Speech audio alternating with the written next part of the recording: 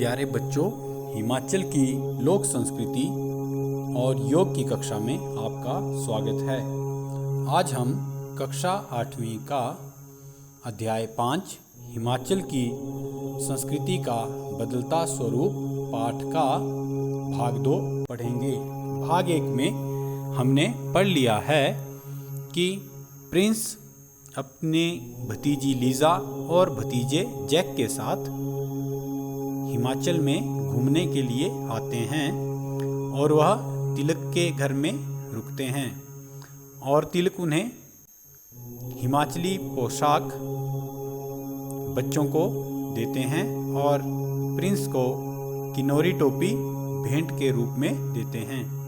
Prince इसके लिए उनका धन्यवाद करते हैं और अगले दिन वह घूमने जाते हैं। तब तिलक उन्हें बताते हैं कि यहाँ पर विधवा पुनर्विवाह को अच्छा नहीं माना जाता है, लेकिन यह प्रथा धीरे धीरे अब बदल रही है। इसके बाद यहाँ पर पशु बलि भी दी जाती है, तिलक यह भी बताते हैं। और तिलक कहते हैं कि पहले काहिका भुंडा जैसे आयोजनों में नर बलि भी दी जाती थी, लेकिन अब नर बलि जो है नहीं दी जाती है, लेकिन पशु बलि का यहाँ अभी भी प्रचलन है, लेकिन धीरे धीरे यह भी कम हो रहा है। तो अब हम भाग 2 पढ़ते हैं। बच्चों, आप अपनी किताब का पृष्ठ 33 निकाल लें और वीडियो के साथ साथ किताब में भी देखते रहें।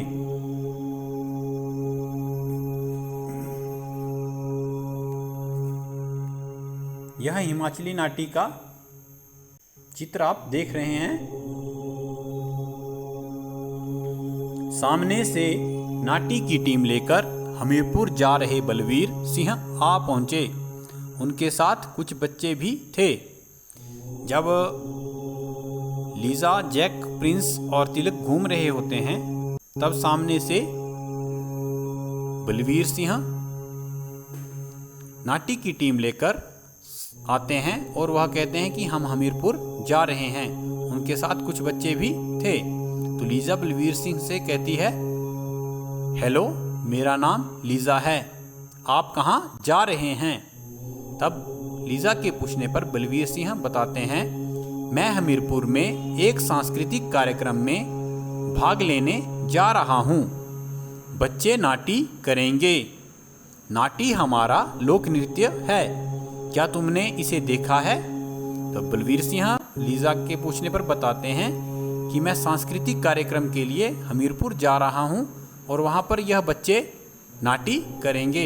और बच्चों, नाटी हमारा हिमाचल का लोक नृत्य है। तो वह पूछते हैं लीजा को, क्या आपने इसको देखा है? लीजा और जैक कहते हैं नहीं। तब तिलक कहते हैं, यहाँ कई तरह की नाटियाँ होती हैं, मगर इनकी घटती लोकप्रियता के लिए बदलता युग उत्तरदायी है। पाश्चात्य संस्कृति के प्रभाव में इनका ह्रास हो रहा है, मगर हमें इन्हें बचाना है ताकि हमारी संस्कृति जीवंत रहे। तो तिलक बताते हैं कि अब जो है नाटी की लोकप्रियता बदल रही है। इसके लोकप्रिय अब यह नहीं रही है। जो यहाँ के लोग हैं, यहाँ के बच्चे हैं, वह इसमें रुचि नहीं ले रहे हैं और वह पाश्चात्य संस्कृति की तरफ अपना रुचि दिखा रहे हैं। अपनी रुचि वह पाश्चात्य संस्कृति की तरफ दिखा रहे हैं और जो हिमाचली संस्कृति है, इससे इसका ह्रास हो रहा है, मगर हमें इसे बचाना है। जो हिमाचली संस्कृति है, इसे हमें बचाना है ताकि हमारी संस्कृति जीवंत रहे, जीवित रहे। जैक कहते हैं, वाकई महान है हिमाचली संस्कृति। जैक कहता है कि हिमाचली जो संस्कृति है वाकई बहुत महान है। मैंने सती प्रथा के बारे में पढ़ा है, क्या यह हिमाचल में प्रचलित है? तो जैक कहता है कि मैंने सती प्रथा के बारे में भी पढ़ा है, क्या यह हिमाचल में भी है? तो तिलक कहते हैं, इतिहास में इसका उल्लेख मिलता है, मगर अब ऐसा नहीं है। लगता है तुम भारत के बारे में पढ़ते रहते हो। तिलक कहते हैं जैक को कि मुझे लग रहा है कि आप भारत के बारे में पढ़ते रहते हो। अब सभी गाड़ी में बैठकर कोटगढ़ पहुंचे।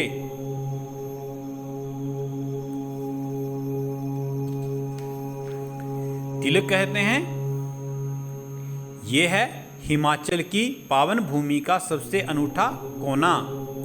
वो देखो ग्रामीण टाना माना कर रहे हैं। जैक कहता है, वो क्या होता है? तो तिलक कहते हैं, ये महामारी रोकने हेतु एक देसी उपाय है। यह भी विश्वास व आस्था से जुड़ा है। लीजा कहती है, मगर इससे महामारी कैसे रुकेगी? तब तिलक कहते हैं, बेटा ये प्राचीन आस्थाएं व परंपराएं हैं। वैज्ञानिक आधार से भले ही इनके औचित्य पर सवाल उठाए जा सकते हैं। तो तिलक बता रहे हैं लीजा के पूछने पर कि यह हमारी प्राचीन आस्थाएं व परंपराएं हैं। आजकल जो वैज्ञानिक आधार पर इस पर सवाल उठाए जा सकते हैं, मगर लोगों की आस्था के कारण ये यथावत हैं। किन्नौर में भूत प्रेतों को भगाने हेतु थाथा का आयोजन होता है। तो लीजा कहती है, मगर भूत प्रेत होते ही नहीं हैं, तो वे भगाते क्या हैं? लीजा कह रही है कि भूत प्रेत नहीं होते हैं, तो वे भगाते क्या हैं? तिलक कहते हैं कि किन्नौर में भूत प्रेत भगाने के लिए थाथा का आयोजन होता है। तब लीजा कहती है कि भूत प्रेत नहीं होते हैं, तो वे भगाते क्या हैं? प्रिंस कहते हैं, ओहो लीजा, तुम किस प्रश्न में उलझ रही हो? इसका उत्तर शाम तक स्वयं सोचना। तो प्रिंस जो उनके लीजा के साथ करनाल व तो कहते हैं ढोल बजाते हुए उत्तर लोग स्वयं खोजना, देवों की पालकियों के साथ। यहाँ पर आप देख सकते हैं कुछ लोग करनाल बजा रहे हैं और कुछ लोग ढोल बजा रहे हैं और कुछ लोगों ने देवों की पालकियां उठाई हुई हैं। तो यह हमारी हिमाचली संस्कृति की एक झलक आप यहाँ देख सकते हैं।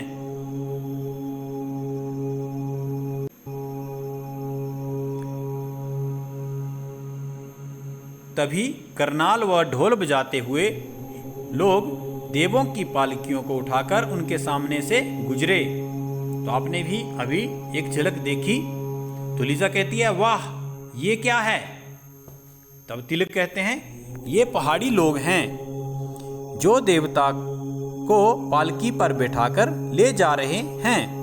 मैं भी प्रणाम करके आता हूँ, आओ सभी चलते हैं। तो तिलक कहते हैं कि यह देवता की पालकी है और इसमें देवता को लोग ले जा रहे हैं। तो कहता है कि मैं भी प्रणाम करके आता हूँ। फिर कहता है कि चलो सभी चलते हैं। सबने देवता का आशीर्वाद लिया तथा चाय पीने के लिए एक दुकान में बैठ गए। प्रिंस कहते हैं, क्या तुम जानती हो लीजा, हिमाचल में मलाना गणतंत्र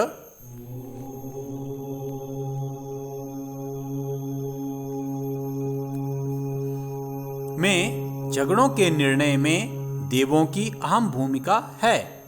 देव का निर्णय अंतिम होता है। मैंने यह जानकारी इंटरनेट से प्राप्त की थी। तो प्रिंस कहते हैं कि हिमाचल में जो है मलाना एक गांव है, वहाँ पर झगड़ों का निर्णय जो है उसमें देवों की बहुत भूमिका रहती है। लोग देवता के पास ही अपने झगड़ों का निर्णय करते हैं और जो देवता का निर्णय होता है वही अंतिम माना जाता है। तो जैक कहता है, वह कैसे? झगड़ों का निर्णय तो हमारे यहाँ न्यायालयों में ही होता है। अगर देव अदालत से गलत निर्णय हो जाए तो उसकी अपील कहाँ की जा सकती है?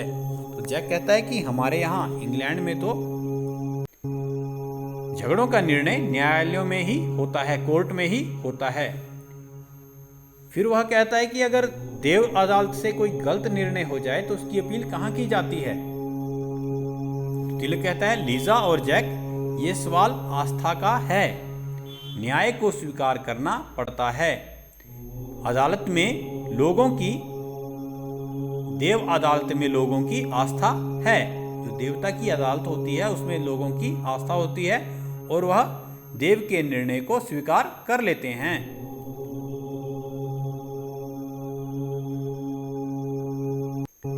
जिसे देवता अनुचित कहे उसे लोग अनुचित मान लेते हैं।